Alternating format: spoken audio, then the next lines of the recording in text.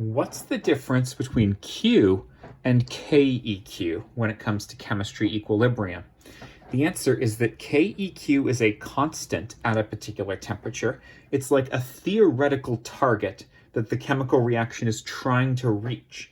If that's actually ever achieved, then that defines the mixture as being at equilibrium, where the reactants are making products at the same rate that the products are breaking apart, and so the concentrations aren't changing. But it's a target.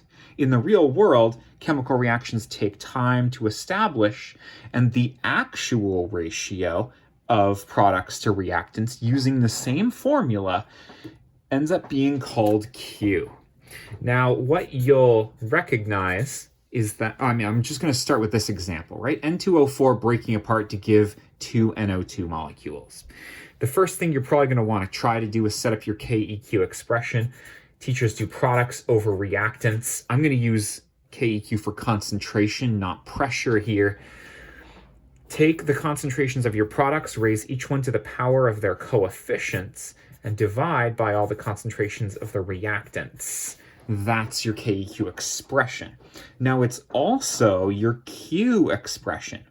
The difference is that KEQ, again, is a target that the chemical reaction is trying to establish into, and Q, you can plug whatever your real-time concentrations are instantly to try to predict which way the equilibrium's going. What I'm going to do here is write Q equals NO2 squared over N2O4, but I can't set that equal to 0.113. This here is meant to be real-time concentrations. Some teachers, once they tell you what Q is, will write EQ here to emphasize that you're going for this ratio of equilibrium concentrations. Now, I've made up some amounts here. I've said 1 mole per liter of this and 1 mole per liter of that.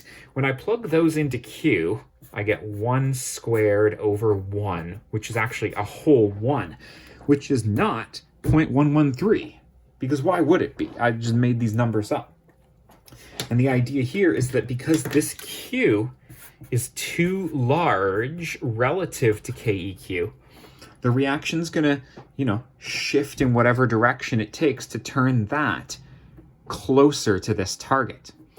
This number needs to go down, ideally. And how do you make a fraction go down? Well, the idea is that the numerator, or the top of it, needs to go down, and the denominator can commensurately go up. If you have a smaller number on the top of a fraction, you have a smaller fraction. And if you're dividing by a larger number, you can also get a smaller fraction that way. Now, the numerator was the products, and the denominator was the reactants. So hopefully this bit tells you that if the Q is too large, that means you need to get rid of some products and create some reactants. So which way does the equilibrium shift?